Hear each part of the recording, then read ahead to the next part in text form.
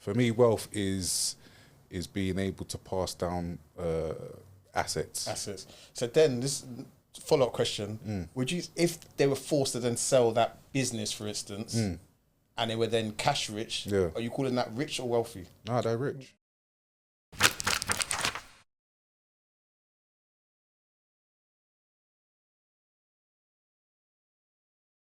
Step 2, wealth accumulation, how to grow your money. What does it mean to be wealthy? And that is the title, the name of the title, and also the question, what does it mean to be wealthy? What does it mean to you, P? I'm not gonna say I don't know. Take away the book. What does wealth? What does wealth feel like in the world of Pox, Andrew? I guess having abundance, really. Abundance of. Well, money first and foremost. Yeah, I say first and foremost money. But I guess that's the subjects we're talking about. And maybe time, happiness, and just things of that nature. But obviously on the subject of the book, like, more than enough, and more than enough for me and others. That's what I would like to believe. I'm sure that can be broken down, but like first and foremost. Break it down. So No. Okay. Go on. I was going to ask a follow-up question, but I'll wait for you to break it down. Oh no, it might help. What was the follow-up question? To help you, I was going to say, who is wealthy? Who would you look at and say that person's wealthy? And then maybe that'll help you, like, to think, okay, cool, that's kind of how I foresee wealth. It's a good question, to be fair. I really don't know. Like, I mean, no, I don't want to say I don't know, but I have said I don't know.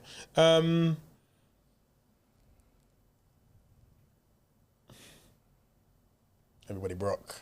Yeah. I'm joking. Do you know with that? Because actually I don't know. I mean, I was thinking of silly, simple stuff like Elon Musk, this, that, and the third, and that is easy enough. Yeah. But like, you're talking about richest man in the world, like arguably the richest man in the world. So like, that's that's a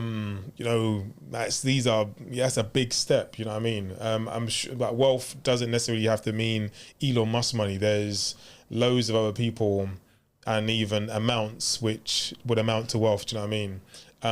But I don't say I don't know enough, but I can't think of individuals that come to mind really. Do you know what I mean?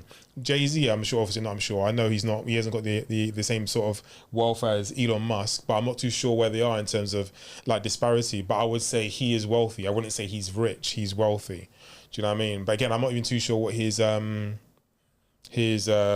worth is, but he spoke about being worth $1 billion, once or twice and stuff like that. So that is a lot of wealth. Like Oprah Winfrey, like well documented, she's obviously been very wealthy or had a lot of money for a long time. And if I was to look at those individuals, I guess some of the things that come to mind would be that, oh God, I was gonna say they look comfortable, but again, what does look comfortable? They don't have any financial worries, because I guess someone who is rich, people who own, let's say, £1 million or £2 million homes, they themselves have financial worries. You know what I mean? Just because you live in £1 million or £2 million home doesn't necessarily mean you don't have financial problems. And I say that in regards to here in London. Do you know what I mean? Because a home that's worth $1 million or even $2 million, I don't want to say it doesn't go nowhere. That'd be a lie. But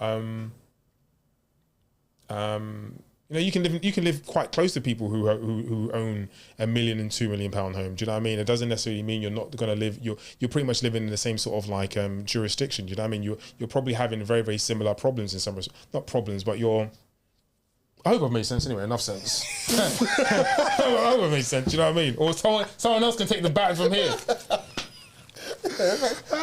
Thanks for the alley-oop, boy.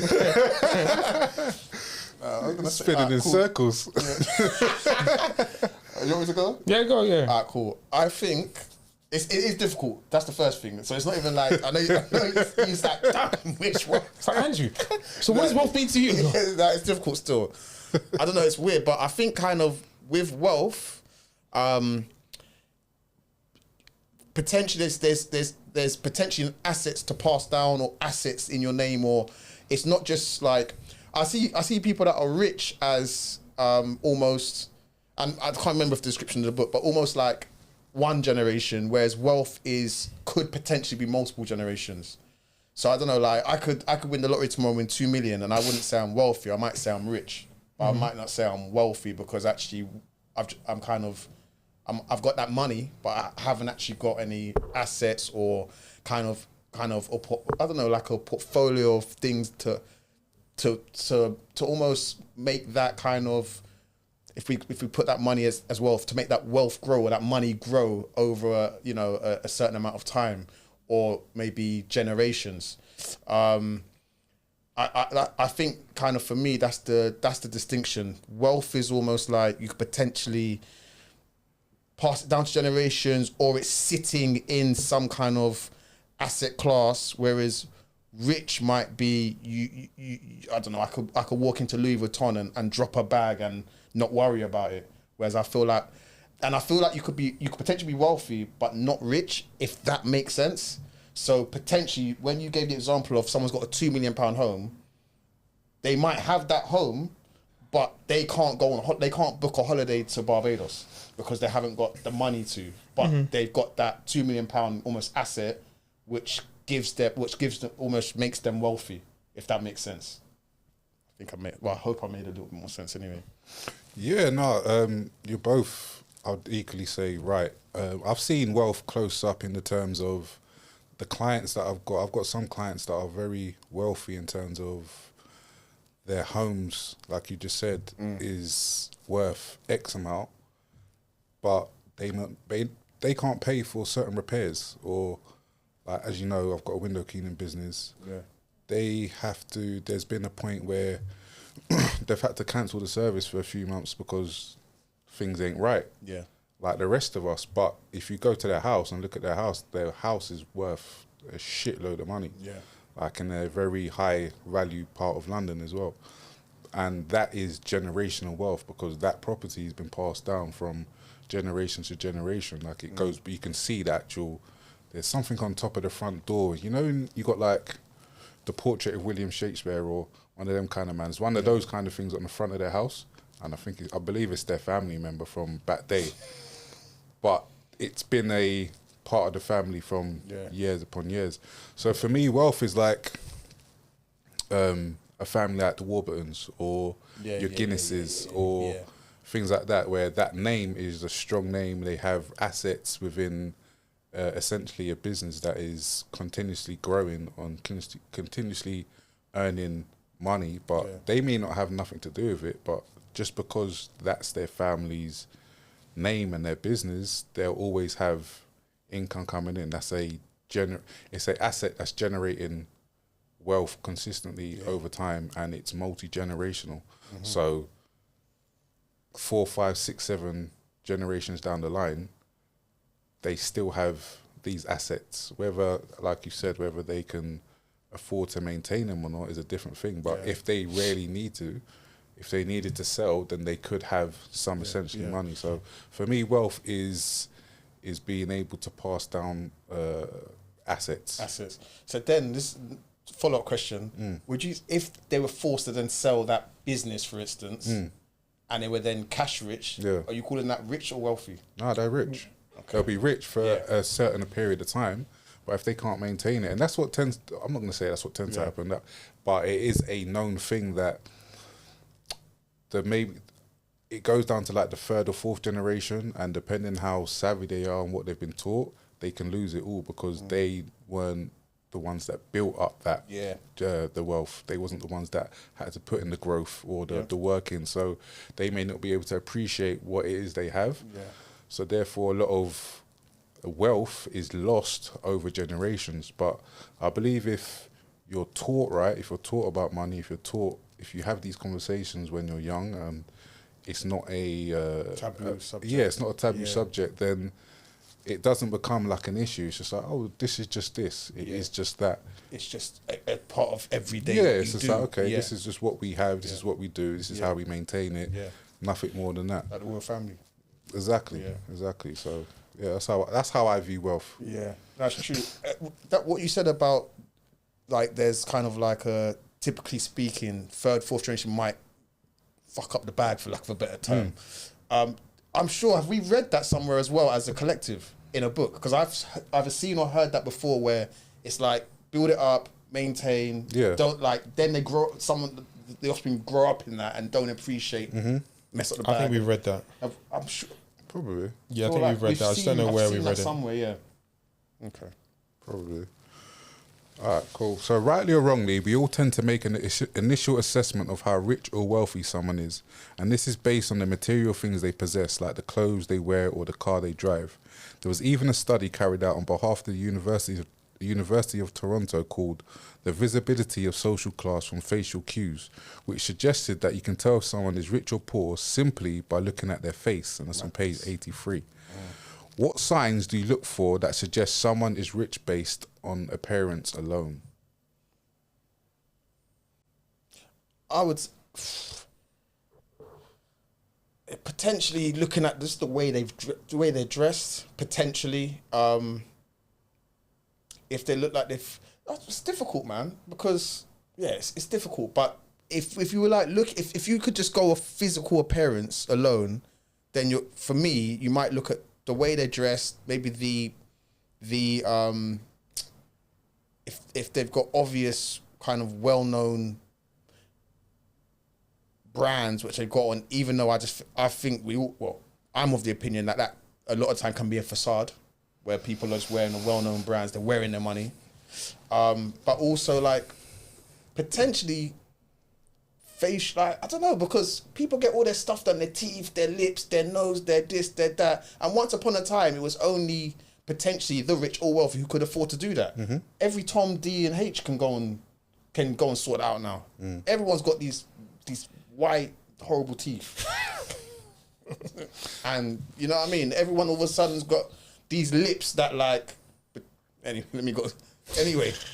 I don't think, for me, it's not to say it was a trick question, but I don't think you can look at someone and say whether they're rich or not, just because how we live nowadays, and especially, I'm not going to say it's controversial, but depending on the demographic, you kind of make a snap judgment on whether they are rich or wealthy or poor or whatnot. So from our background, like a working class background, though we try to show how much money we have by the clothes that we wear, whereas those that are from a middle class or from a higher upper class tend to dress down and look almost poor as fuck, but the reality is they're not. And I come across these people and you see it and you would never believe that they have as much as they do have. But like it says in the book, a lot of your assets is like an iceberg. So what you see at the top of the iceberg is just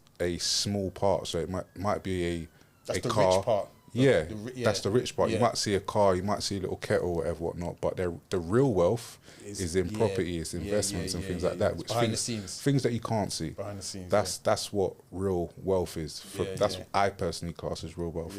And as it explains in the book, that's what real wealth is. But in terms of face value, I don't believe you can judge a book by its cover by any means. So just to have a snap judgment of this person's poor, this person's rich, more often than not, you're probably wrong. It's true. It's difficult. You know, I was thinking, because what I didn't mention, what I was thinking about is if you go to certain areas, potentially you might think that. So, for instance, if you was in a Knightsbridge and someone's wearing certain things and looking a certain way, you might think that. And then on the flip side of that, if you see someone homeless, you're not going to think, I reckon he's got 4 yards that he's not living in. Yeah, you say that, but then you've got certain scammers that are out there doing the busking and all that, and they really are set up like that. Obviously, it's not like that in every single case, but there is a few occasions where that does happen.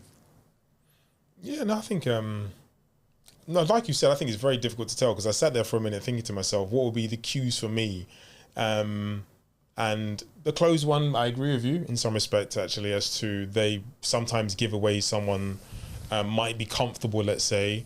And then sometimes I was even thinking, like, I was going to use the word appearance, but that goes down to clothes as well. But more so, do they even look clean? It sounds stupid, but like just simple things like that. Do you know what I mean? Might be manicured hands or what have you, etc., or trim, or just looking clean anyway. Someone who might look after their appearance. But as you say, like, those are very simple things. You know what I mean? I think anybody can look after their appearance and look clean and give off a very good impression.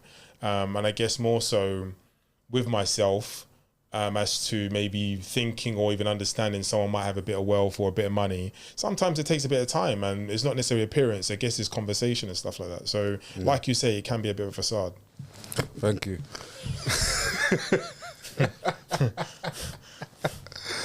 I would before, like, I know it's just judging off appearance.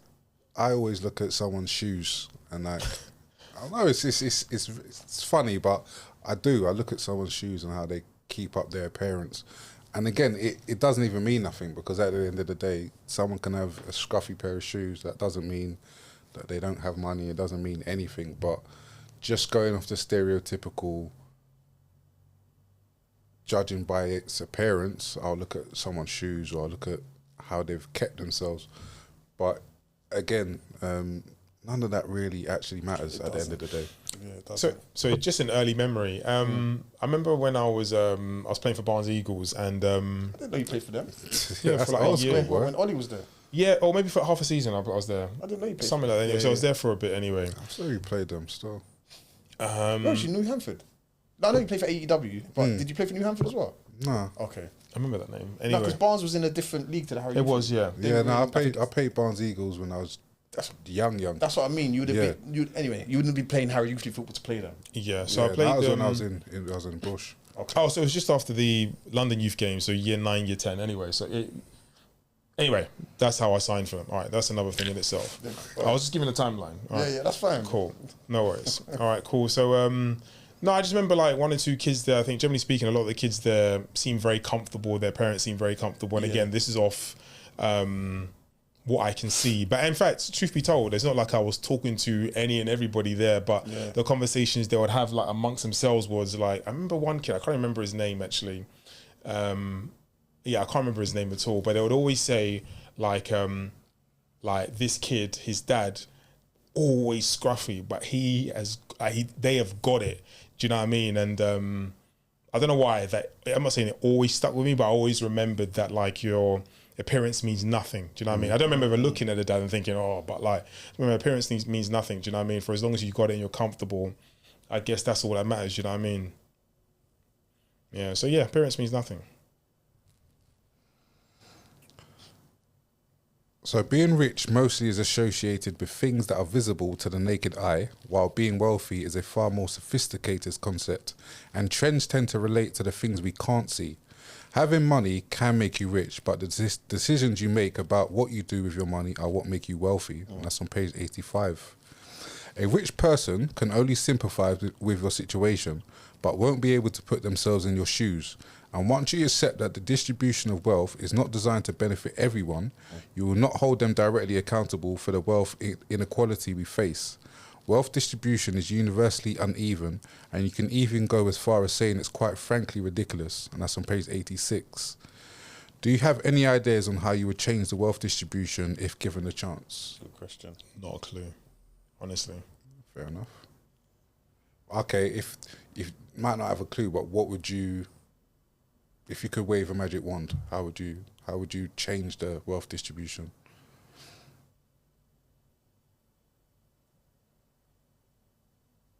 I really don't know. I don't know. I mean, how would I? It'd be more of a case of like, how can I assist other people, really? And when I say that, I know that there's, I don't know if there's conversation in regards to changing the inheritance tax and stuff like that. I'm not even too sure how much that would help people, because obviously that only comes into effect after a certain amount. Do you know what I mean? I think sometimes people forget what the amount is. I think it's 350,000 or something. Yeah, something. Yeah. So yeah, so like I think sometimes people forget. So like people have conversations as to, well, inheritance tax, but like actually your parents may not have enough to pass down for it to really affect you. Do you know what I mean? Sorry, No, I was going to say, because especially in London, most houses or even apartments or flats, they're over that. That's why it's a big thing, especially in London. Maybe up north, you can get a nice house less than that, and you pass that down. You know what I'm saying? You're good. Yeah. But London, that's why. Well, I know London and maybe probably other big cities. Yeah. It's a big deal. So something else with the farmers as well. I've been hearing about that. Yeah. Because it's similar. I think they changed. They made a threshold. They changed it. So it's like, I think after $1 million or something like that. then you got to pay a certain amount of tax. Cool. I don't know. Sorry to sorry, cut you, yeah. but I'm sure there's something to do with how it's passed on as well, like whether it's put into a trust as well. Okay. Because I know there's different stipulations on how that works. Okay. I'm not 100% sure, but I know they was kicking off and making some noise about it. Yeah, they've not been happy recently, have they? But going back to the question, Nah, apart from that, I really couldn't think off top. I really couldn't think of ways in which I'd assist with wealth distribution, because obviously, you know, if you've accumulated your wealth already, I mean, you have it. Do you know what I mean? People are not just going to relinquish it. You know what I mean? So, like, how can you put things in place in which help and assist other people? I wouldn't know. Like, yeah, I couldn't think of anything else. That is a difficult one. Your question, because I really feel like if you've really made something of yourself, why should you have to be? Because one of the things that every government pretty much, or a lot of governments do, is,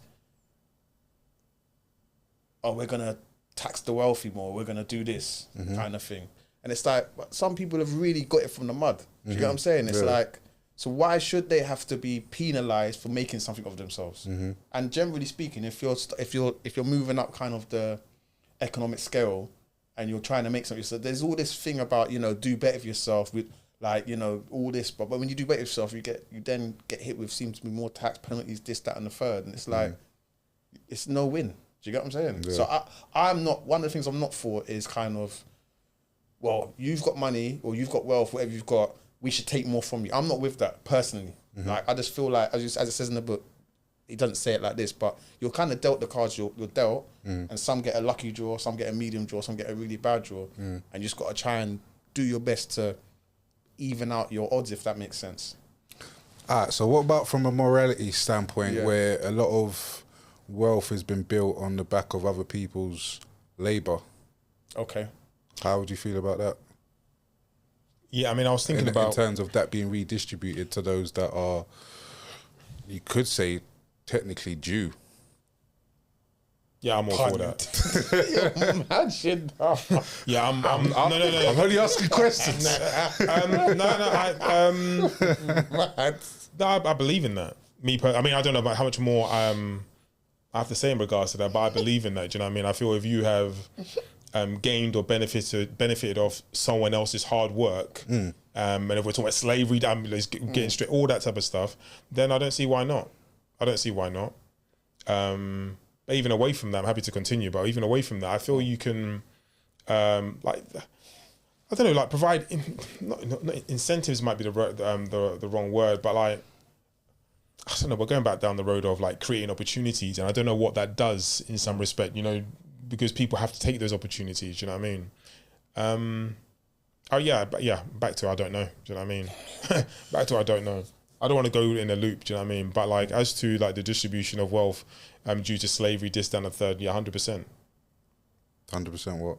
No, I think wealth should be distributed. Redistributed. Yeah, redistributed, correct, yeah. What was you going to say, Mace? I'm of agreeance. If we're looking at going back where it feels as if maybe countries or governments have got rich off of the back of taking, essentially, or making. They did. Yeah, you can look through the history books and it's quite clear to see what's happened. Yeah, essentially that. Then you would, well, I would, you would, I'm sure everyone here would want to see some kind of what's it called? Yeah, reparations. Reparations of some sort, but it's how those reparations are distributed. Are they distributed in a cash money format to those governments or those countries? Is it done in another way by opportunities like, I don't know, 10% of Caribbean probably get free scholarships to Oxford and Cambridge, whatever it is.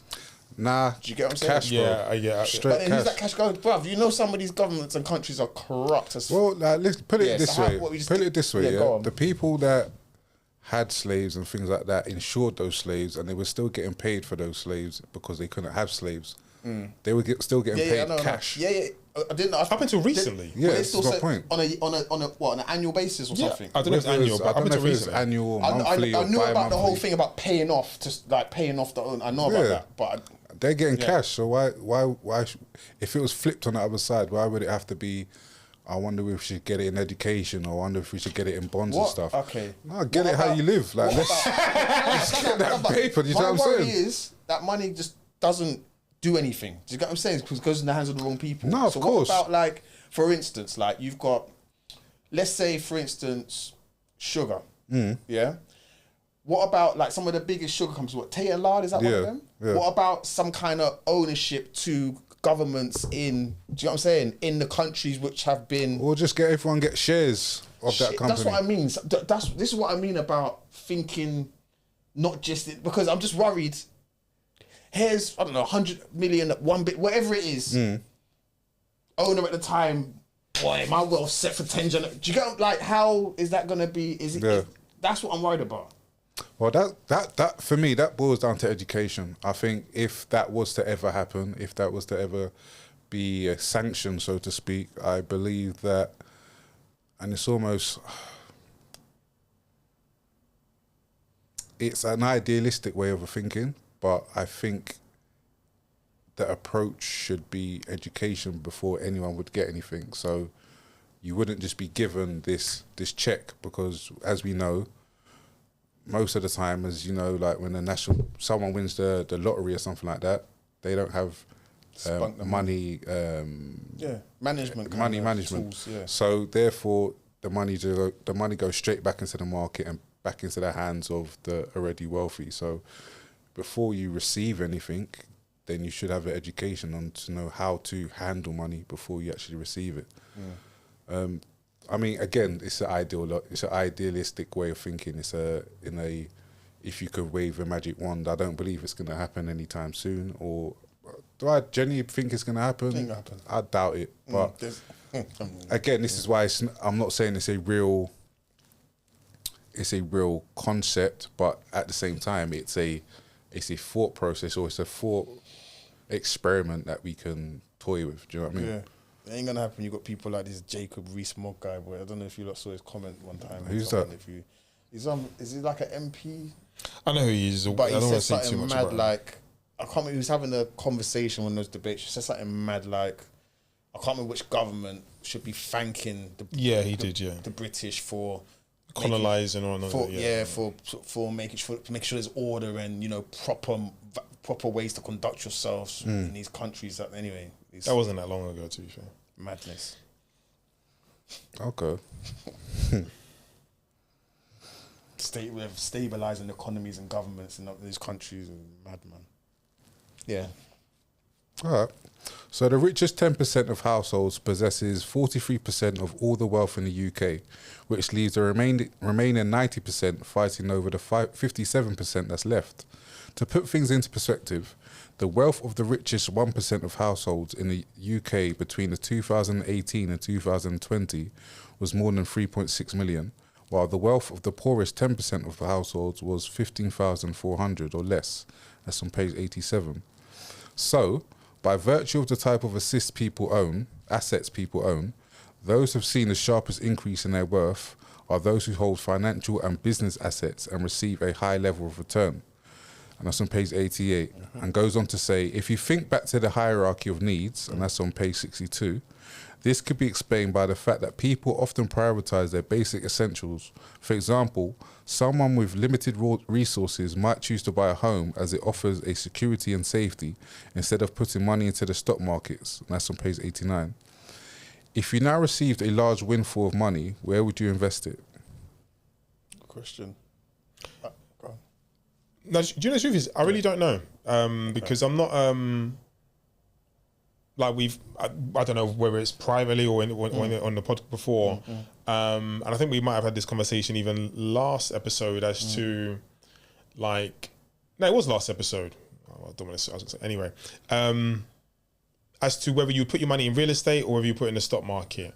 And I've never been like, yeah, I need to buy a house kind of thing. I'm like, generally speaking, I'm quite a fluid person. I quite happily pick up and be gone tomorrow. In fact, I'm looking forward to going to Ghana because it's making me think, it's going to allow me to see what's out. I've been to Ghana a few times, I mean, in the past few years, but actually I feel this is the first time I'm going to be able to go there and I might have a good 10 days to myself where I ain't got nothing and no one to really worry about. You know what I mean? And it'll give me a good idea as to, do you know what, can I see myself settling down here over the next, say, well, a few years actually. I was going to say next 5 or 10 years, but can I see myself settling down here? And I think the idea that I don't own a home, for me, allows me to be flexible and make decisions as to can I pick up and can I go? Whereas, like, it's not the case for everybody, but for those who own a home, they have a decision to make as to how they're going to either maintain the home, how they're going to pay the mortgage, etc., etc. To be fair, these might be quite simple things, if I'm honest, actually, but generally speaking, they have those sort of things to think about. With that being said, I don't know. I think I'll look to invest my money. That's what I think I would do. Invest in what though?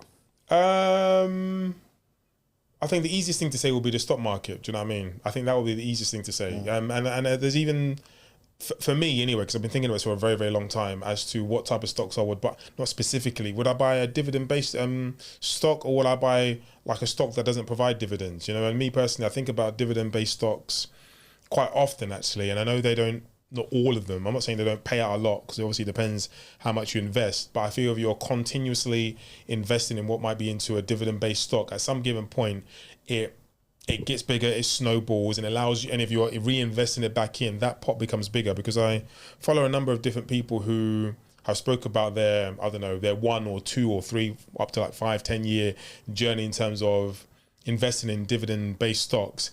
And, you know, it's something they don't regret, you know, and they encourage everyone else to do it as well. Not to say that stocks that don't provide dividends don't have no value. But, for example, we're thinking about retirement and things of that nature, and something that's going to pay you or give you something back. Something like a dividend-based stock is something that appeals to me long-term. Do you know what I mean? So that's what I think. And even listening to other business owners, or even the book itself, because he speaks about it. Those who acquire wealth, and not that they wouldn't do through real estate, but, you know, they do so by owning businesses, you know, equity and stuff like that. Do you know what I mean? And I guess that's important to me. Do you know what I mean? I guess some of the paths that I'm currently going down is how can I get equity in XYZ in some of my personal interests and stuff like that. Do you know what I mean? And it goes back to education. So education in your field, and hopefully education in money as well. Do you know what I mean? Because if you do come into money, if you're good at what you do, you're going to need money management. Do you know what I mean? Before you answer, Mace, what would you consider like a large windfall? I was actually going to ask you, because we didn't actually state the figure. It's mad actually, because I don't know if you remember the figure, but we used to have these conversations quite often at boxing. If you came into let's say a meal, I don't know what number it was, what would you do? Do you remember this conversation? Yeah. And I don't know what you might be able to answer on your own behalf in a moment, but like Lawrence might say half will go, you know, he's a real estate man, bits will go there, bits will go there. What would I do? I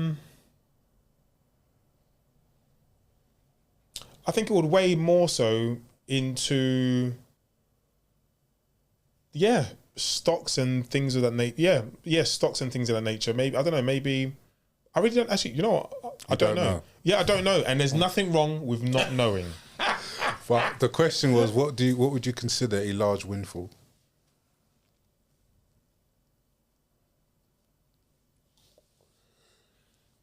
I actually don't know. No, honestly. Okay. Is 100 grand a large windfall to you?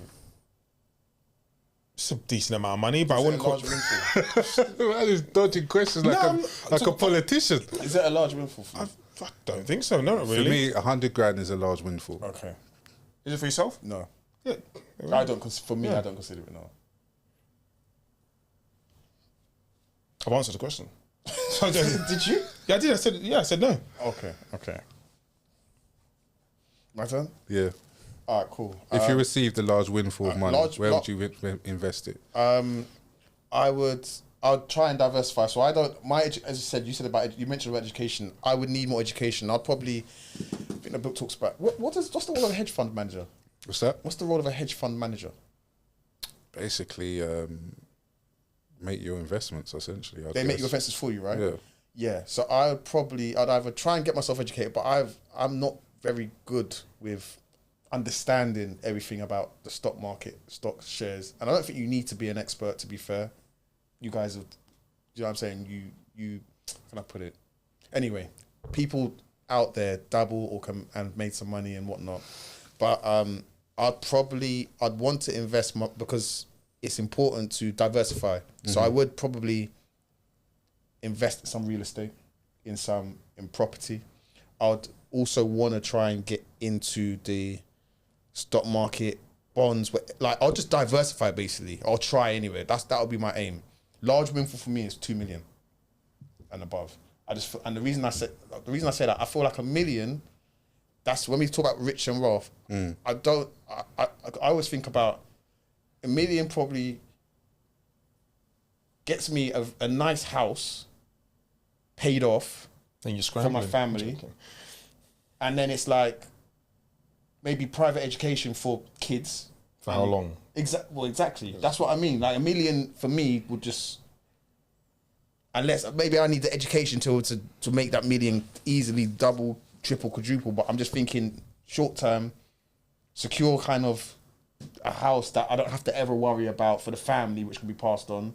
Then I'd maybe sort of think about children's education. Do you get what I'm saying? I'm just thinking $1 million will dwindle. In my opinion, it will just dwindle quick.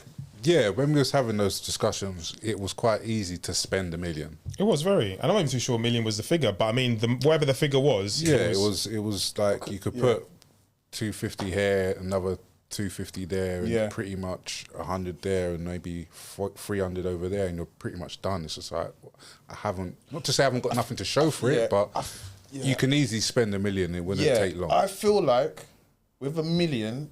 It's almost like, honestly, sound mad, because with $1 million, you can actually, $1 million will set you, you can actually, if you're smart, you're set up good. But I still feel like with $1 million, and if you're then trying to do work with that 1 million to set yourself up, that's still going to take a few years. Yeah, you still got work to do. That's what I'm saying. Sure. And whereas I feel like with 2 million, you obviously still got work, but I feel like the $1 million you can use to immediately secure kind of your immediate stuff. And then the other million's like, okay, I can sort this out, but I haven't got to stress because I've got my house, I've got things paid off. I can take a 5-year, whatever it is. Do you get what I'm saying? Yeah. Whatever it is, whereas that other $1 million now, I can use this and set up the kind of wealth basis for the future.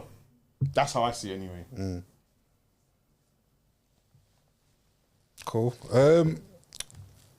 Yeah, if I was to, I know I said yes to 100, and it's not. That's a small number, but it's more. If someone gave me 100 grand right now, I'd appreciate Someone it. gave me 10 grand. Someone gave me a couple grand. I appreciate it. I'm like, a couple grand. yeah. Yeah, no. Thanks, fam. I'll definitely appreciate 100 stack in my account right now. But large pause is relative. It's depending where you are at the moment. So someone could tell you, like someone that's a millionaire could be like, well, if you gave me 10 million, it's all right.